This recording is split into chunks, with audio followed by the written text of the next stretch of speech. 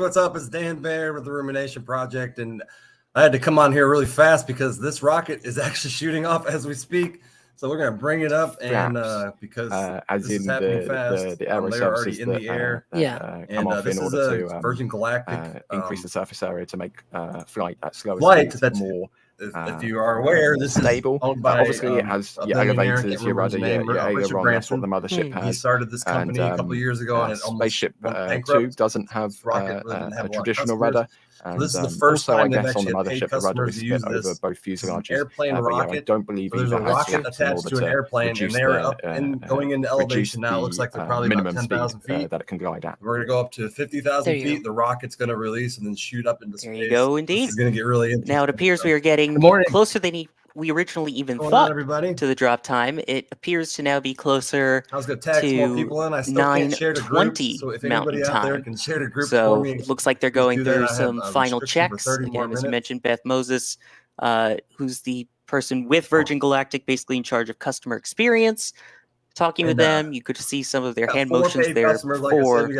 So as they prepare for drop, as we do as well, Alex, can you please give us a run through of what we can expect to see following the drop? I'm going to tag some more people. Yeah, so once they drop, it's going to be a couple of seconds until they clear from available, come on up. And then they're going to light that engine, that hybrid motor at the back of Unity. They'll pull up and watch to go up into space. That burn of that hybrid motor should be around 50 seconds. Plus minus a couple of seconds here and there. And once it shuts down, it'll go into that coast phase of going all the way to apogee. They'll feel the zero G and it hasn't everything. Really been be able to proven yet, so I don't even look through the windows at the Earth. To go on it. It hasn't been proven because the feathering system will be also activated at that time after it's a very dangerous venture to do ended, for any once company. they go into the thinner parts of the atmosphere, and it actually helps a rocket attached on the whole to an ship airplane. To be able two to pilots, sort of like two different airplanes, rotate as it looks back onto Earth. And with that feathering system deployed, once they go back SpaceX rockets has been proven time and time again. I would definitely go on one of those through the atmosphere. They've actually had tons of experience with flights, and their data is very sound. That 99.9% sufficiently of their down flights are pretty safe through the atmosphere, through the thickest parts of the atmosphere. That'll come back to the gliding. How's everybody doing today? It's a beautiful Thursday out here to get some right sunshine in the Midwest on the ship. There, amazing temperatures, and yeah, it'll glide down all the way to Spaceport America. Hope everybody's enjoying that. The plan for today. Usually, that microgravity environment lasts for about 2-3 minutes. The whole flight up to space should be about maybe like a couple of minutes. There we go. So look at that. While we're talking about that, let's go to the actual drop. Before the drop, itself. Ryan, can you talk a little bit about what's going on and how the drop procedure actually works, and what Eve will be doing while Unity drops and fires its engines? Yeah, so when the pilots call release on that third release, if everything looks good, they will, I'm not sure on the exact system, but I know for the sister company, Virgin Orbit, it was a manual process with buttons they had to press in the cockpit. So I'm going to assume it's similar with Virgin Galactic. They'll do that. And then once they drop, and they both pilots agree everything looks good, they'll both call fire, and at that point they will ignite the the hybrid engine at the back of the spaceship. If everything looks good with that, they'll keep on that. They'll start climbing up towards space, and they'll keep on climbing until they run out of propellant. From there, the engine will shut down. They'll have a few minutes. They'll do a bit of a backflip at apogee, so the windows at the top of the spaceship get a view down on Earth. Oh, there we go. We have release. We have release. Oh my! This is Jack's feed, I believe. Goes the rocket. The two feeds are a little bit different, but we have release of Spaceship 2. There we go. Yes, it has been dropped. You could see that single engine that we showed firing in the back there as it works its way up to space.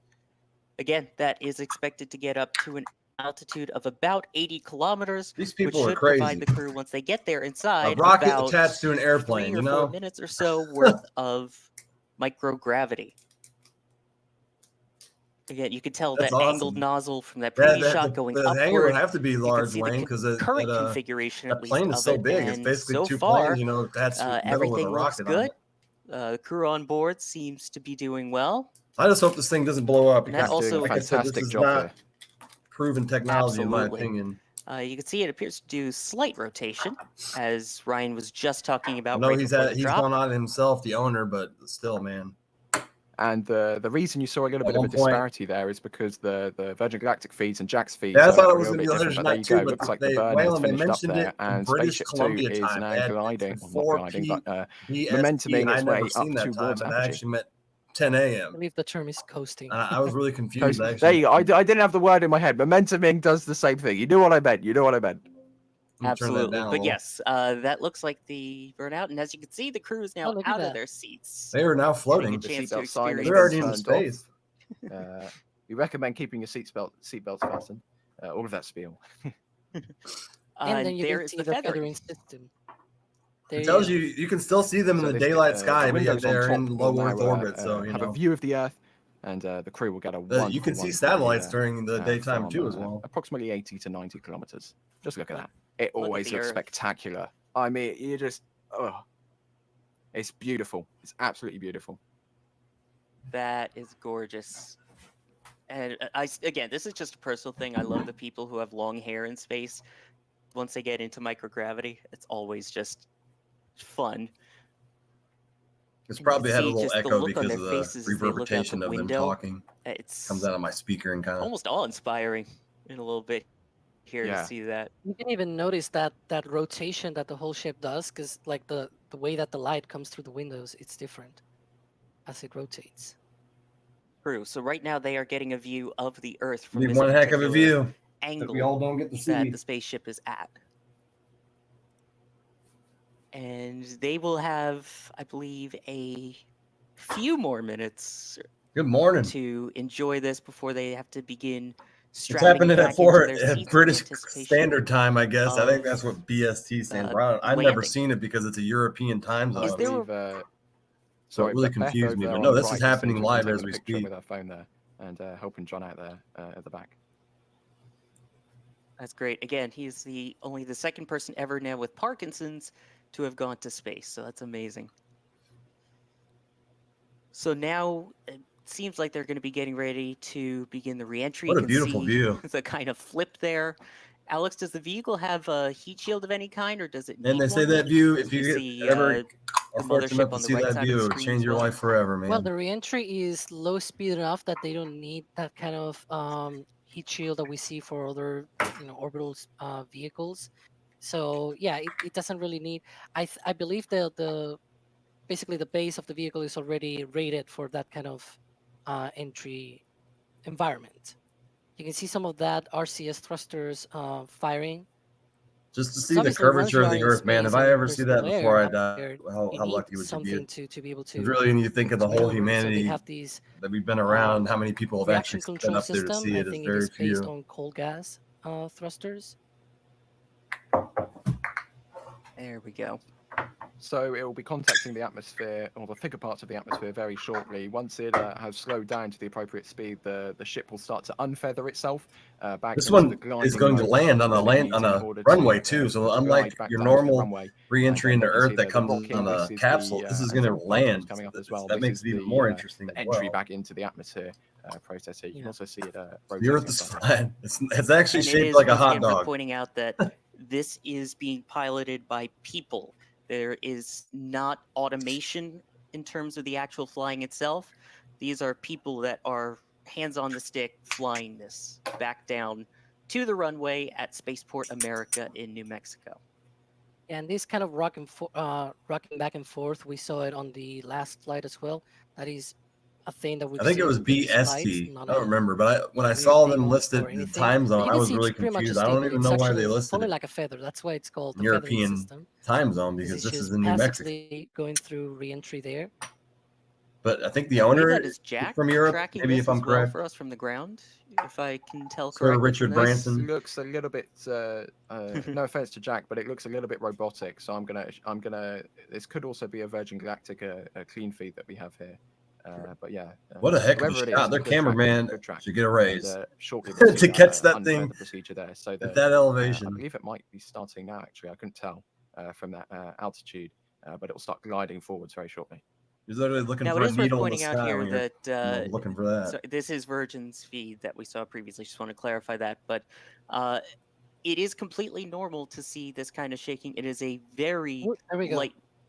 Yep, it is a very lightweight vehicle. That's scary, man. Look how much it's shaking. You can actually see it start to point down there, and that's because as the vehicle unfeathered, it needed to gain airspeed. It got a little turbulence there and started shaking. Glider, you need to point down because that's the way gravity goes. Matt, this is a commercial flight. This vehicle is only meant for recreational use. So basically, there is no scientific thing here. This is to take people to low Earth orbit for 5 minutes and then come back down. And this is the cheapest method as far as we know.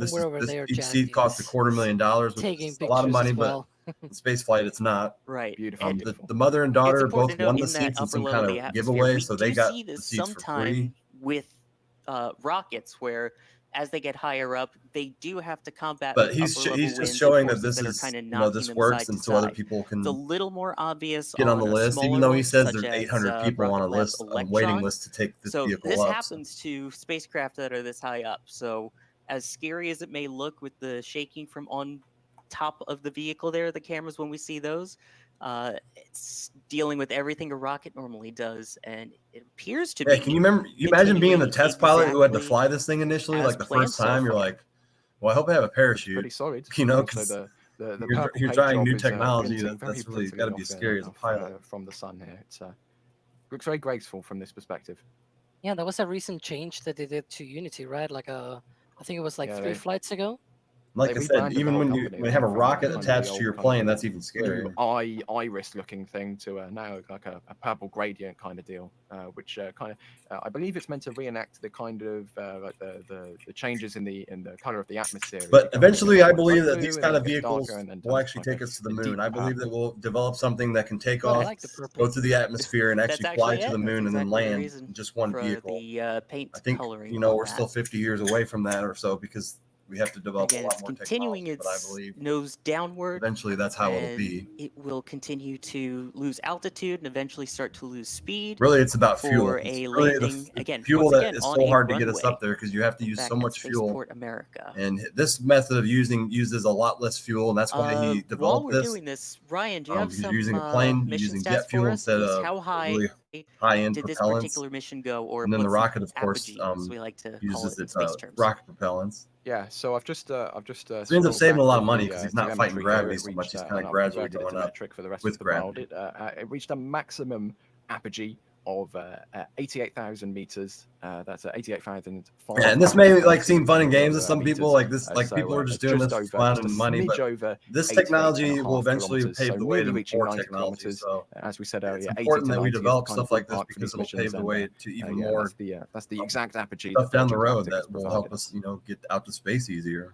Fantastic. So it appears that means the flight went exactly as planned in terms of the upward portion. So every space flight's important, no matter how silly it is or how fun it is, because we're all learning something, and scientists are learning something. Company who makes this is learning something. Everything looking good so far. We're trying to get altitude data on it currently as well. At the moment, it is currently dropped off of the flight radar, which obviously it did as well during launch. And once it got to nice, he made his own propellant. That's what a lot of these companies do. Quite confused. SpaceX made their own propellant, kind of, and once it goes over 60,000 feet, it goes outside of like the maximum oxygen and order for controlled airspace in the US, I believe. Something pretty evident on every planet. I can't remember. Just NASA uses kerosene, which is highly explosive, and radar. So that's why it gets a bit confused. The range of it's really expensive when you get tons of it. Finite range. There you go.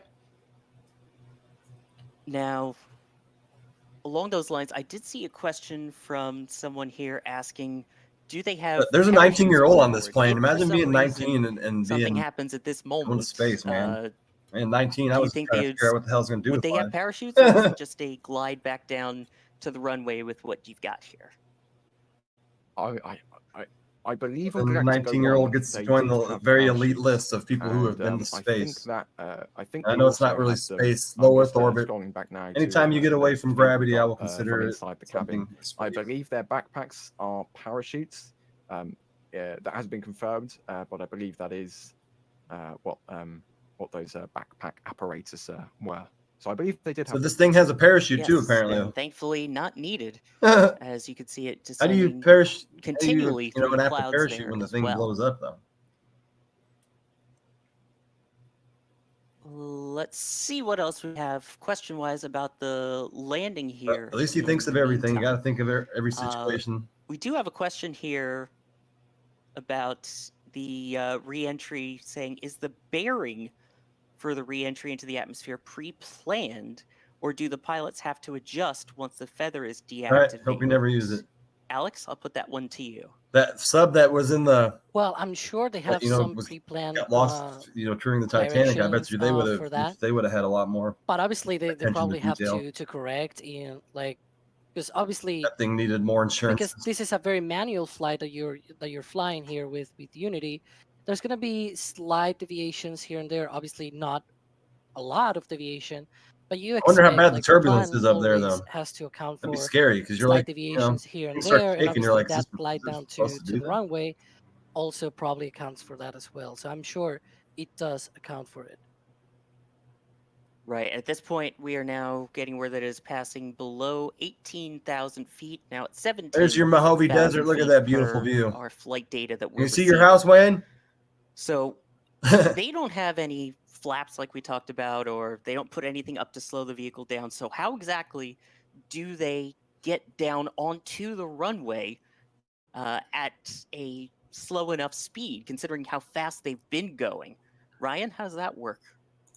Well, they obviously plan where they're going to be doing their loops with the mothership to plan the drop, and they have their zone set out by the FAA. And once they drop and ignite, God, that's a big desert. To their a lot of just open space and nothing. Kilometers. And from there, they really just have to target at the runway. There's your map too, where it's right at. The energy, their forward energy with their downward energy. So I love how it's very open with the space flights, but I believe this is all online. You can look at. They're trained for this. They have lots of practice, and basically, it's just like flying a glider. You need to manage your forward energy with your gravity energy that goes downwards. So all of that added together, and the pilots through their talent and training. Make it to the runway. And like I mentioned at the start of the stream, I'll bring it up again. The runway at Spaceport America is 12,000 feet long. That's about the length of Heathrow's runways. 12,000 feet, shorter than a 2 mile long runway. For some international comparison there. So it's a pretty long runway, and compared to like your Boeing 777s, your Airbus A380s, this is a very small glider. And the energy can be lost pretty quickly with the two wheel landing gear in the rear and the skid at the front. So it doesn't actually have a wheel at the front, this spaceship. It has a skid, and which also helps to slow down the aircraft / spacecraft once it lands on the runway. So the chase plane fly underneath it there. Yeah, that was actually what I saw. Yeah, and actually kind of going along that lines of the energy management, you could see right now it's doing what looks like a giant circle. Not necessarily to line itself up with the runway. I mean, part of that, but and you can see it there in the bottom right there. Spaceport terminal at Spaceport America and the runway are in sight. So in aviation terms, they're not flying a traditional circuit pattern, but for a brief moment there, technically, I guess you could say they were downwind for the runway. But it looks like they are circling around now, and they are staying around one end of the runway in order to have their best shot at landing. And that circling also does help them with that energy management. It does bleed off any excess speed. Similar to what the space shuttle used to do. It was called the hack, the heading alignment circle, where after they would do their S turns, banking left, banking right, slow down, it did one final turn to line itself up with the runway. That would be a final effort to bleed off any of that extra energy and speed, while in addition, lighting it up with the runway, which appears to be what we're seeing here as well. People with good ideas. Yeah, ground getting a lot closer. Or just different ideas. That's a very sharp bank to the left there, and backing data is steadily approaching. They've stopped banking. They are straight lined up now, and I believe we have a fantastic image. There's the runway, and it looks like we should, fingers crossed, get a butter landing for Spaceship 2. A little bit of a float there, and as it slows its rate of descent right down there, and it looks like we now just about have touchdown of Spaceship 2. There we go. That appears to be the main gear down. That is fantastic, putting an end to the Galactic 02 mission, bringing 4 people and 2 pilots that thing took people to space, man. That doesn't look like space now landing back in New Mexico. And they have 4,000 feet left to go. That's the 3. So soon they'll have 3,000 feet left to go on the runway. Nose gear touchdown now occurring. That skid will even further help to arrest their speed there. And you can see it also some. He does throw parties. I was about to say, I bet you. As the if I know Richard Branson, a camera crew is going to come over there and come out. He's going to have like a red carpet. He's going to crack some wine, give it to him, and kind of interview him. We have nearly wheel stop. It's just edging forward ever so slightly. There you go. And I think it's safe to say, with that little shift back there, you guys are live. You made it. Cabin, and wheel stop there for Galactic 02. That is one happy-looking crew that has now been to the edge of space and back. And even if it floated a little bit, like you mentioned, very long runway, plenty of space for them to come back down here. So that, I believe, would be landing just at around 9:33 a.m. Mountain Time. So that's the local time there at Spaceport America in New Mexico. I'm also quickly just going to give a shout out to the carrier aircraft White Knight 2, which is still airborne, remember, everybody. It's still airborne. It banked to the right during the drop. Still airborne, but it can't land yet because the runway is currently occupied by Spaceship 2. So it is slowly descending. It's come down from 45,000 feet down to about 42,000 feet at the moment, and it will continue circling above the skies of, or in the skies of New Mexico before Spaceship 2 has been towed off. I just want to know who's the first person to go up there is Land Rover Discoveries or something, or Defenders. Pay an extra $500,000 and be like, can I hotbox this and smoke marijuana? But first, of course, the crew is the primary concern here. They all look okay from this perspective, and I'm sure they'll be very excited to disembark shortly and tell everyone. Like, does this have ashtrays? It also takes a long time for Eve to come down, like, because it's big, and when it has humidity, remember when planes came out, they had ashtrays in those. A bit of time to go up there, but it also takes a bit of time. Once it drops unity, they have like this wing in the middle and like the wings on the sides and everything. You have a lot of lift there, and now you have to basically drop, and that wing just wants you to keep you afloat.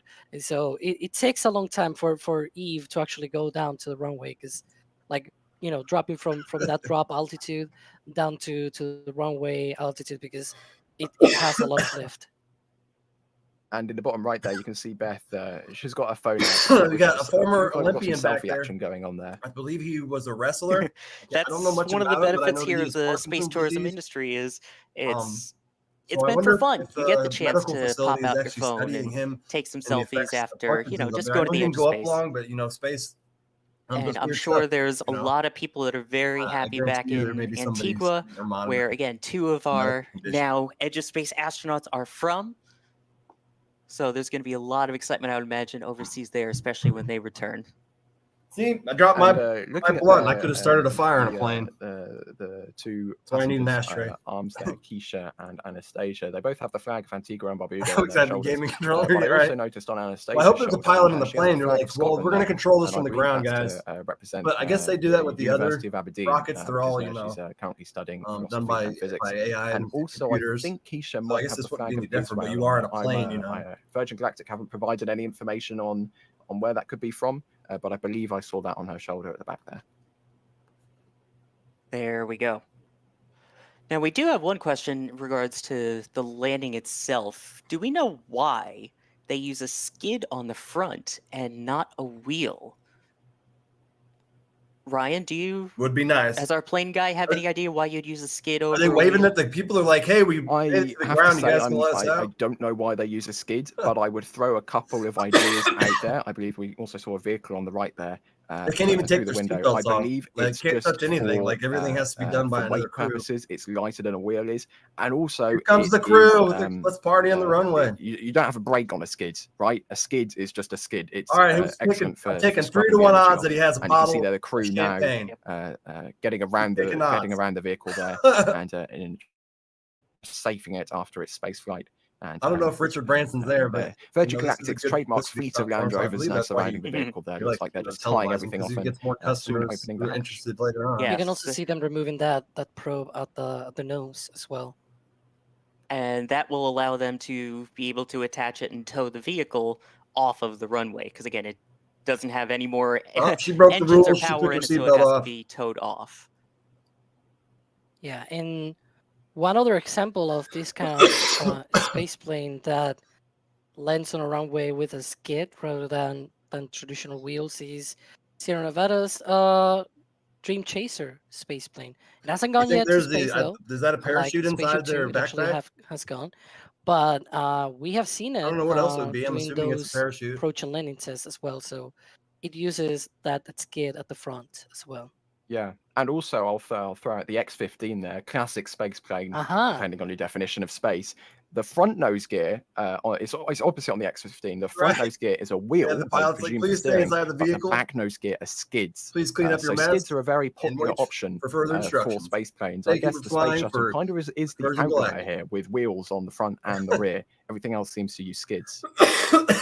Yep, and you can see they're working their way. Imagine the days going into this. I probably wouldn't have slept in. Area shortly. Looks like they train for 3 days for this, so they don't really get a lot of training. Working right at the edge of the wing there. But most astronauts, as you mentioned, they getting get the vehicle training, prepped. The main thing is that it is safe, years of training so that when the crew steps out, so this lady's probably ready to get off. She's like, man, joy on the runway without worrying about week. any other possible chemicals or things from the vehicle.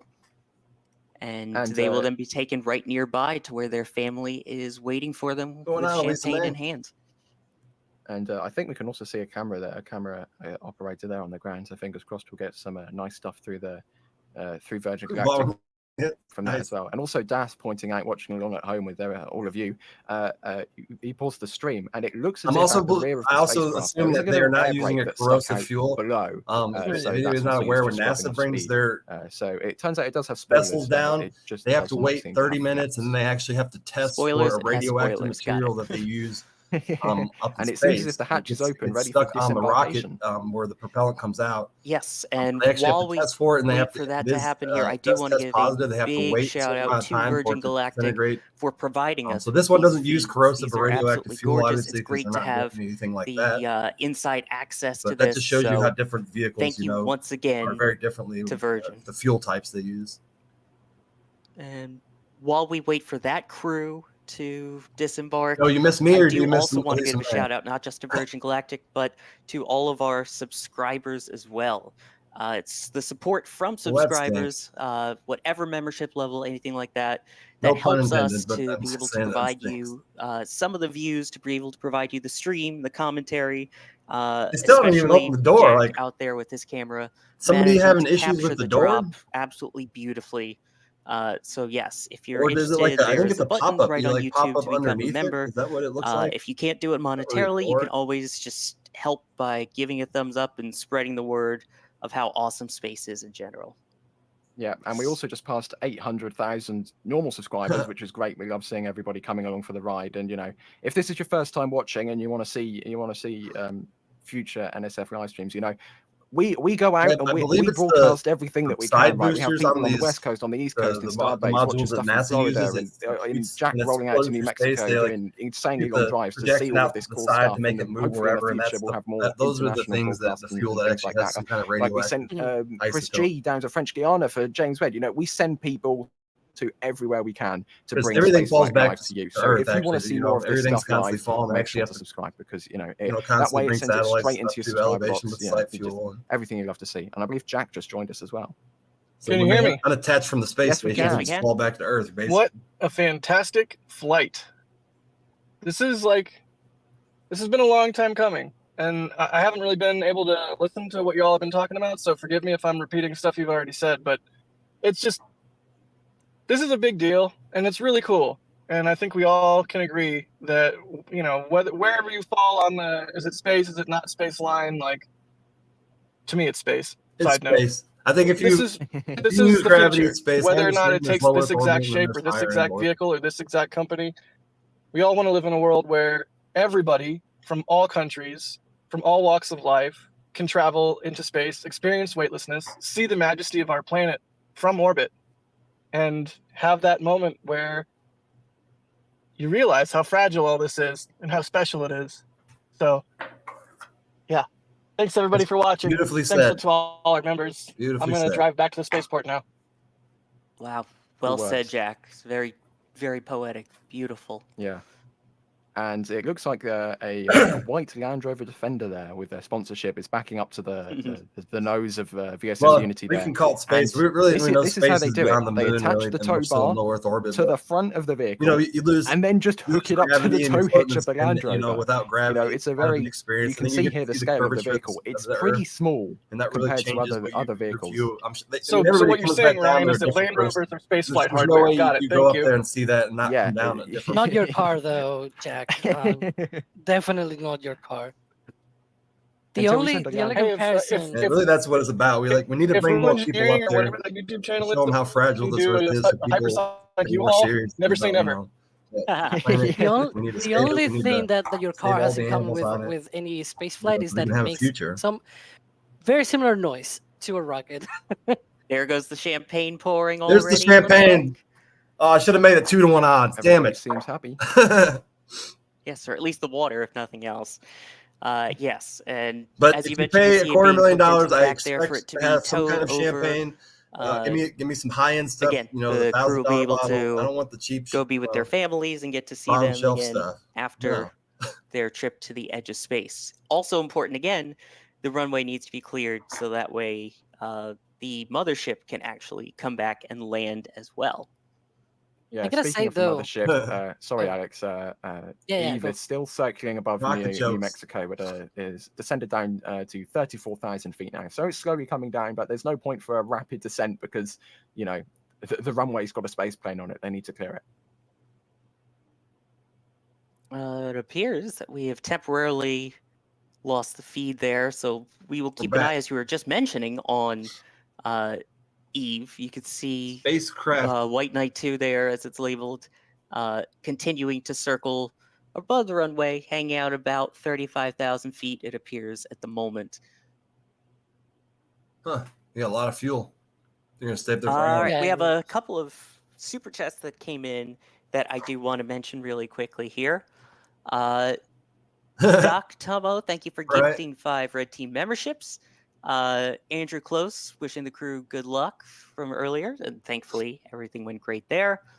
Let's see, Richard, been with you for a long time. Thanks for all you do. Thank you very much. By the way, I'd rather be flying an X-Wing. Check these guys out. They're NSF. Has anyone started a fund to get the leaders of the Flat Earth Society a flight on Virgin or Blue Origin? They are awesome. I appreciate that one.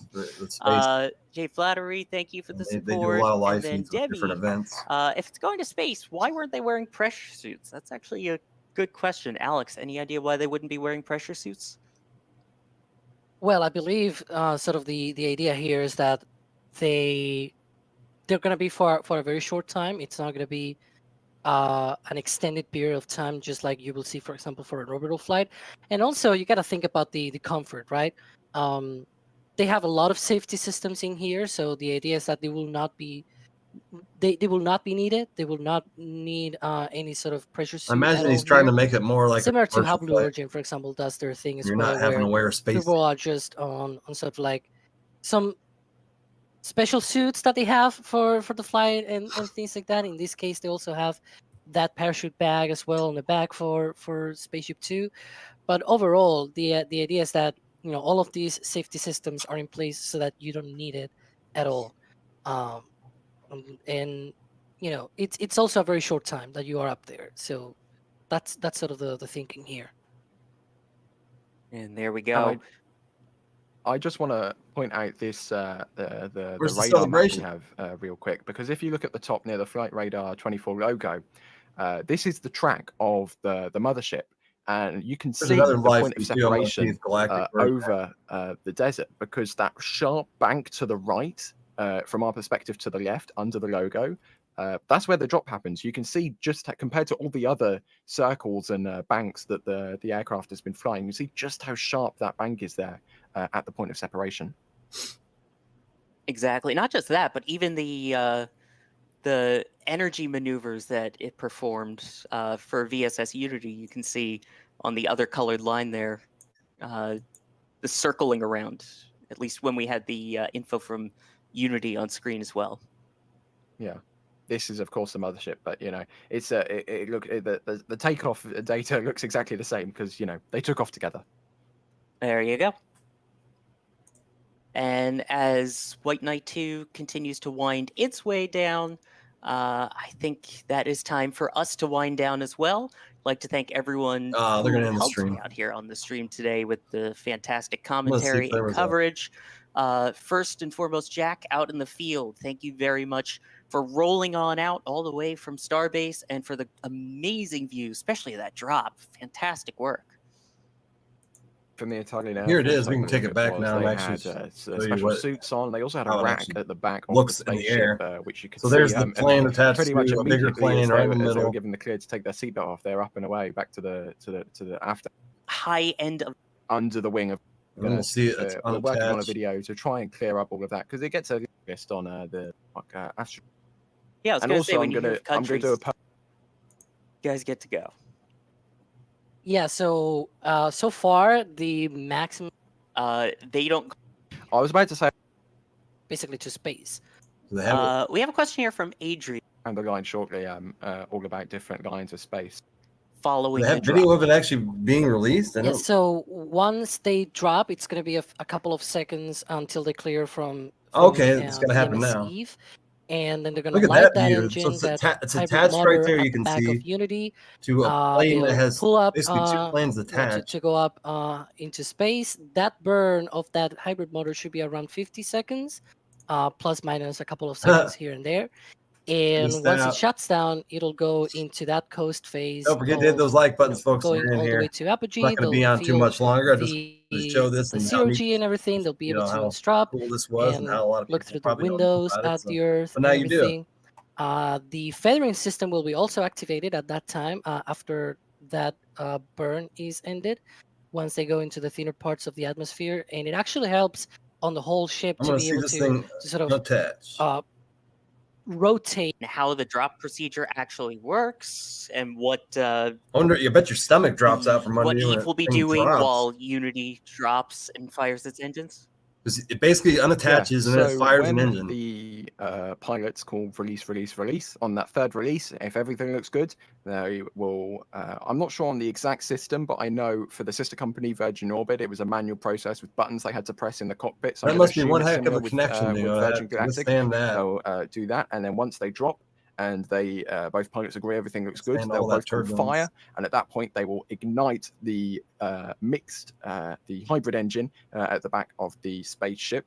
If everything looks good with that, they'll keep on that. They'll start climbing up towards space, and they'll keep on climbing until they run out of propellant. From there, the engine will shut down. They'll have a few minutes. They'll do a bit of a this is not live, folks. At apogee, so the windows at the top of the spaceship get a view down on Earth. The video. Oh, there we go. We have release. We have release. This with Virgin Galactic. They'll do that, and then once they drop, and they both everything looks good, they'll both call fire, and at that point they will ignite the the hybrid engine at the back of the spaceship. If everything looks good with that, they'll keep on that. They'll start climbing up towards space, and they'll keep on climbing until they run out of propellant. From there, the engine will shut down. How come they didn't get the video dropping? They'll do a bit of a backflip at apogee, so the windows at the top of the spaceship get a view just all of a sudden took off. But that is pretty cool. Oh, there we go. We have release. We have release. This is Jack's feed, I believe, and the two feeds are a little bit different, but we have release of Spaceship 2. There we go. Yes, it has been dropped. You could see that single engine that we showed firing in the back there. That's wild, man. It works its way up to space. The humans created, man. Again, that is expected to get up to an altitude of about 80 kilometers, which should provide the crew once they get there. Let's go to the other feed and see if they actually have footage. This is actually Virgin Galactic's feed, but they don't really show. They don't really have commentary. I didn't think. Gotta write. It's already gone.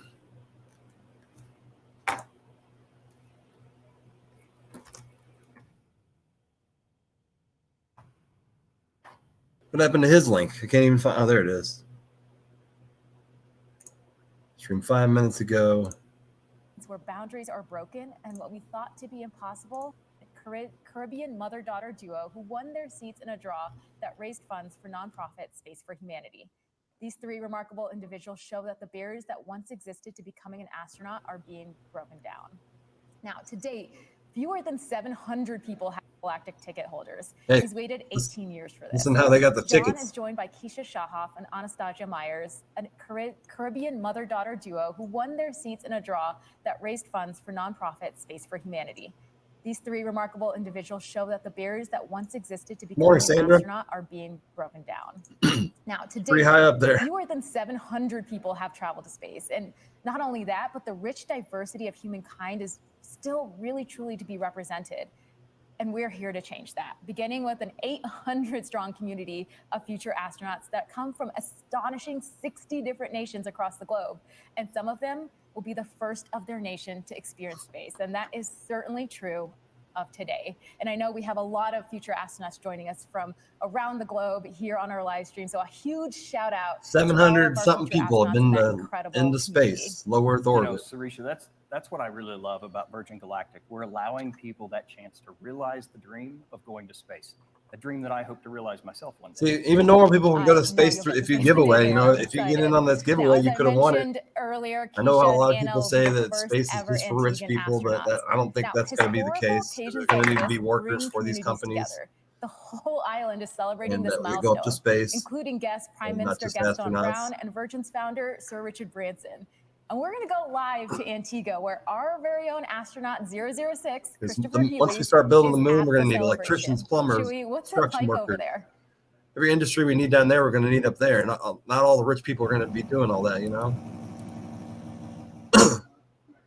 All right, it looks like we have a few technical difficulties, so we'll try to check in. Oh, your only job was today. Later, but to do that. I saw some of the celebration, honestly, a bit earlier, and it looked amazing. It looked and it's incredible to think that I'm here. Jon is. I think this is the intro. I've never seen it.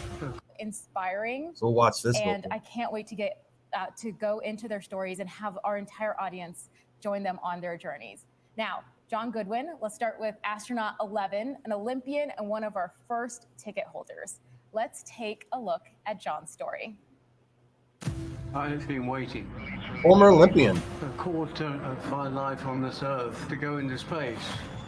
Good morning, Tommy. Good morning. Now, the fact that I'm now going to be doing this, it's completely magical. I watched the landing on the moon with great interest in 1969, and it's incredible to think that I'm here. Jon is such an interesting man. He is one of the most incredible people I've ever met. He's such a daredevil. This guy lives. I kayaked in the 1972 Olympics. I organized an expedition of 14 people. The record still stands today. I seem to attract myself to these sort of things. This guy's a badass. When I got diagnosed with Parkinson's, I thought, well, that's it. They're not going to accept me. We're going to space despite the Parkinson's. This attitude of space for all is a wonderful thing. Hearing his story makes me realize I'm going to be sharing this mission with such an amazing human. Space. This opportunity, it's completely unreal. For me to go into space and defy Parkinson's is hopefully inspirational to all people. Now, Jon Goodwin's community in Stoke. No, they got a countdown to release. Now I see it. And in New York City, friends are gathered at the Michael J. Fox Foundation. These are the people who won it. There's a family daughter who won it. Sorry, mother daughter. Then more diverse I've lived all my life by the water, but I feel more connected in the air. My first interest in space really started when I was 2 years old, just looking up in the skies. How can I become an astronaut? Being in the Caribbean, I didn't see how that was possible. So slowly I started letting that go. But the universe was calling me.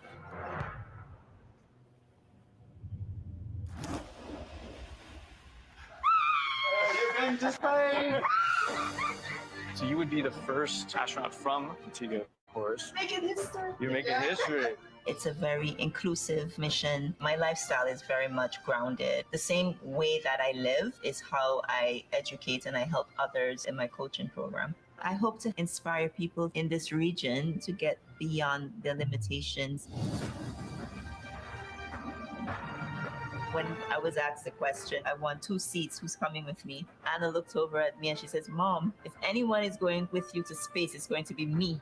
I feel like to be successful in this life. Damn, what an experience to go to do that with your daughter. It's an adventure of humility and humanity. How can we come together to make this realistic for everyone? This is our mission. This is for all of us. Okay, Keisha's reaction to being told she's going to space just embodied an incredible amount of excitement. I just want to see the release. And then whatever it is she wants, I know she will achieve it. Hi, Anna. You and your mother are going to space. Anna, we won! I know I am very young. There's so many other people like me wanting to do something involving space and don't think that they actually have the opportunity to do that. Virgin Galactic's mission is to expand this to civilians. Ideas are very powerful.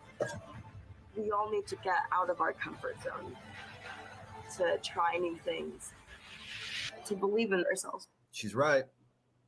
I mean, when I said this crew is incredible, might have been an understatement. They're absolutely extraordinary. Yeah, it's like they got a spiritual mother. I've heard that we have our feedback from Antigua, so let's check in with Chewy on the celebration. If you're a spiritual person, obviously you're gonna have a hell of an experience. I mean, they're having a party there. Where the people are gonna go crazy. Rumination is proud. Space has this amazing ability to bring people together. And we've got waving flags, we've got music, we've got dancing, maybe a little rum. I don't know, but everyone here is really excited for Mr. Keisha Burns, and Anna. some educational videos and rocketry and science. Amazing. I can feel the celebration. It's amazing. I can feel the energy. It's incredible. Now, going to our going to space isn't just about our technology, or bringing humans with. I want to introduce our commander of Unity, astronaut CJ Sturcow, a retired Marine test pilot and former NASA astronaut. Sturcow is a veteran of 4 space shuttle missions and 3 Virgin Galactic Unity missions. He's the first person to launch to space from 3 different states. Piloting Unity today is Kelly Latimer, who has logged more than 6,700 hours in her 32-year flying career. These are the pilots of the Kelly also operates as our senior director of flight test. This will be Kelly's first space flight, and she'll become one of only a handful of women to pilot a commercial spacecraft. And joining the crew in the cabin is my fellow Unity 22 crewmate, Beth Moses.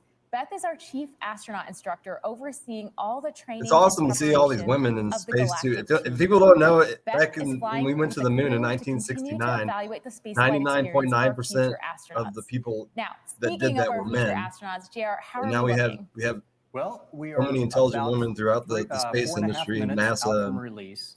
That's an estimate based on our expected time. Come a long way with diversity in and that gets programs. Closer and closer to being accurate. As it's sad that back then, went to the moon, that almost 100% of NASA's employees were men.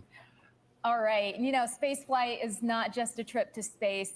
I know we're following our crew to their release altitude, but it's an experience that starts well before the rocket lights. And this crew has got 3 people watching. We're probably going to end it here in 5 or 10 minutes. Don't forget to hit that like button. Around the world, they're inspiring. Please, let's take thank a look you. At some special messages sent in for this crew. Former NASA astronaut Ron Guerin here. I can't wait for you to hear. 3, 2, 1, release, release, release. Keisha and Anastatia, good luck on their space trip. Hello, John. I wanted to get to the release part, which is coming up, I think, My 2 minutes in the heartfelt video. wishes for a safe and a meaningful space flight. Remember that you carry with you the dreams of so many others as you carry us all closer to the stars. Anastatia, now you are representing the university of Aberdeen in space. I'm just sending a message to all the students and the community that our dreams can come true. Congratulations to my cousin Keisha. I'm so happy you put the energy out there, and Virgin Galactic, you caught it. We knew you were born to fly. You're going to be inspiring a whole generation of young Antiguan and Barbudans. Hi, I'm Keisha. I miss you a lot. And I'm happy your dream came true. Good luck to the entire crew. And Truth, man, if I would have seen this happen as a kid, We're supporting you, and we're all here for you. I wanted to be an astronaut when I was a I'll kid. be watching from here in Australia. Here in the UK. From Antigua. From Iceland. From Edinburgh. Godspeed. Bring me back a Mars bar. Now, as astronaut Ron Guerin said, at this point, we're getting close to our release point. So I'll turn it over to our mission insight specialist, Jonathan Ritchie. That's what we want to see. We want to see the release. And talk us through what happens after release as well. Thank you, Sarisha. So at this point, the pilots are ensuring that the 3 minutes to spaceship is in release. its launch configuration.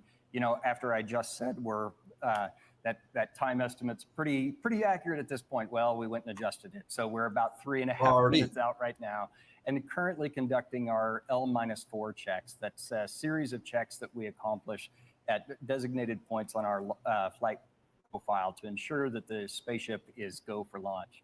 This is also when Spaceship Unity will isolate its air supply from Eve and prime the rocket motor by opening the backup oxidizer valve. Once these actions are complete, the pilots will seek clearance for release from the MCC, that's shorthand for the Mission Control Center.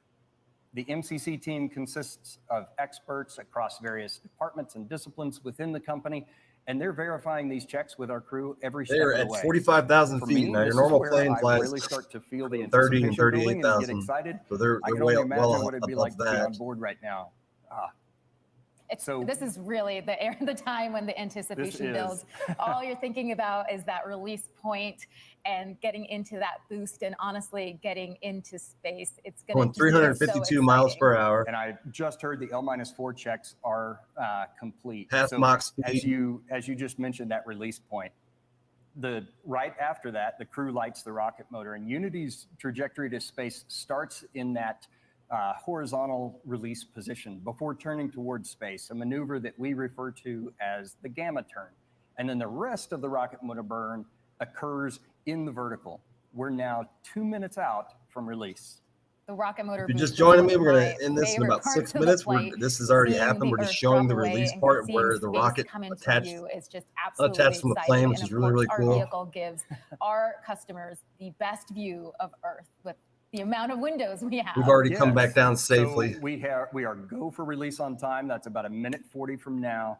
As you mentioned, that view from Earth, when the rocket motor burn is completed, the pilots will command the ship to feather. That's rotating the tail and the aft section of the wing up to about 60 degrees. And that starts a backflip maneuver for our spaceship. And it orients the vehicle such that all of those windows overhead are providing just a fantastic view for everyone on board to be able to look down at the Earth below. All right, so we're about 1:10 away from release at this point, 1 minute.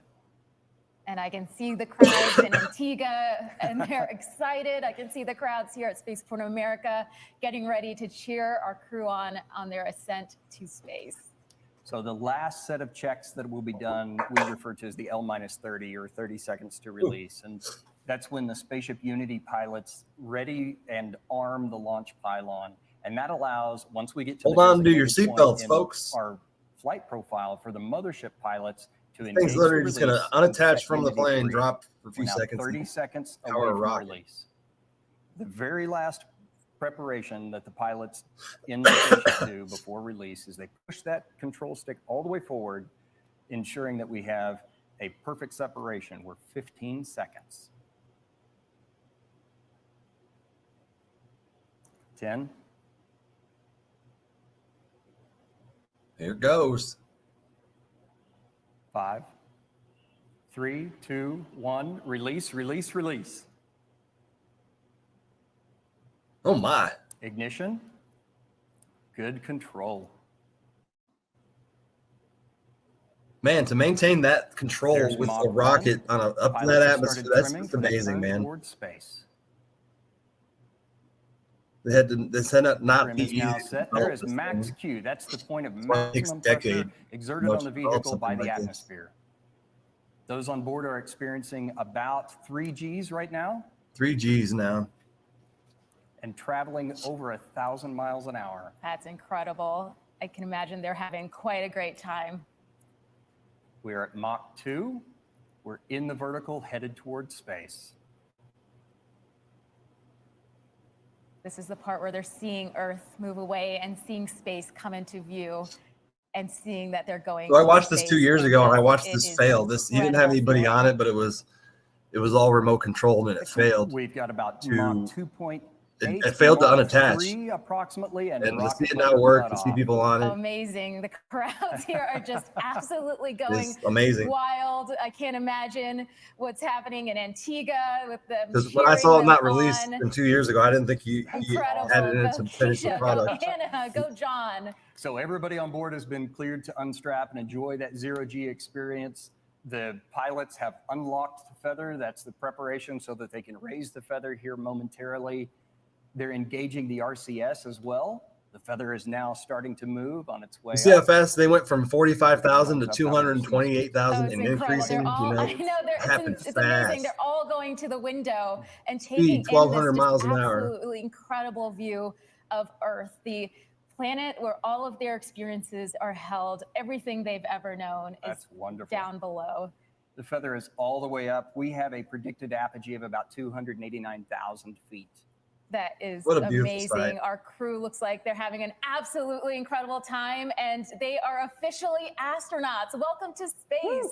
Congratulations to John, to Keisha, to Anna on becoming astronauts today, and a special congratulations to our Mark Unity too sure about pilot, floating Kelly, around. I do a little fun and with welcome the floating back part. to space, CJ and Beth. But then your eyes are so glued to the Earth. In that backflip or that upside down maneuver from our perspective. And you can see them just enjoying that view of the Earth below. Man, it's just incredible. I can see that they just can't take their eyes away. And it's, it's hard for us to describe. We can obviously see they're having just an incredible time in space, taking in the views, but it's an experience. It's the silence, it's the views. It's seeing our brilliant planet against the matte black of space. If you remember William Shatner, I can't imagine. I can't imagine what they're going William through Shatner right now, went up to space, and he came back in nearly tears. He said it was such a beautiful sight. The video shows him. He's literally like this, staring out the window for 5 straight minutes. Amazing. And he turns around. Is actually a very unique. And he looks at the camera, and he looks terrified, but he's so intrigued. Begins that descent back down and to he's Earth, just sitting there staring out the window at the planet. It's just, and we take a moment in the cabin, silent, and looking out as a crew, and it's an experience I can only describe with these words, but one to be felt, really. Yes. So really, we need to start sending artists and musicians up there because return the vehicle around, complete that. This is very inspirational. I believe that those type of people, creative people, should go up there so they can come back down and tell the story of what they saw. We get to about 0.1 Gs. The pilots tell the passengers when to return to their seats, and then it's something that our training team has made very natural and intuitive. Imagine if Van Gogh would have gone to space, like what would he have painted, Yeah, absolutely. What would he have known? The days up leading to training, it's something that all of our crew practice. Our cabin is very purposefully designed to allow for our crew to get back into their seats. And even on re-entry, the amount of G's that you feel, but now it's falling. You can see the altitude is falling, so now it's falling back towards Earth very fast. Are going to be amazing on the way down too. So when we talk about space travel, right, with the boost, everybody recognizes that as exciting and thrilling, but the re-entry is actually quite thrilling. It's falling fast. We have shock waves that form over the top of the vehicle. Right now they're experiencing the max G on re-entry. There's that beautiful sun. That'll just be a view to see that right there. Outside here at the Spaceport Seeing the America, sun from you should hear view. Double sonic boom as spaceship once again breaks the sound barrier. Look at, you can see the blue silhouette of Earth, the fine atmosphere that we have. Amazing. And the crowds, again, are just cheering on our entire crew. They're going to be able to see the vehicle as it comes down to land. And our crew here are also going to be just, again, they're going to be able to see Spaceport America. They're going to be able to see their, incredible. See that their family and their friends are there cheering them on as they come back. But we already showed this part. I wanted to show the release, and then but they got back down to Earth safely. They just free fall for I think 10 to 15 minutes because right now they're kind of just falling. Result in the nose of the spaceship dropping. So we're going to end the stream now, but I want to remind you guys tonight that we have the Psychonaut files, and we're going to be talking about awareness and how magic mushrooms can bring self-awareness and awareness to your own environment, your own world. So join us tonight. It's going to be at 6 p.m. And I hope you guys have a great day. And thanks for joining me. Don't forget to hit the like buttons. And go enjoy the weather. It looks beautiful out there. The sun's shining, if you can see in the reflection. I'm going to go power wash a house for 5 hours. So I'm definitely going to go enjoy the weather. So y'all have a great day. I'll see y'all later. Peace.